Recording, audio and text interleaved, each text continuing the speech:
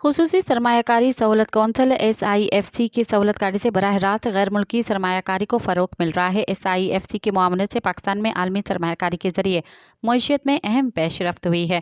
मुसाबकती commission of Pakistan ने 2024 में 29.6 अरब रुपए की गैर मुल्की सरमायाकारी की मंजूरी दी।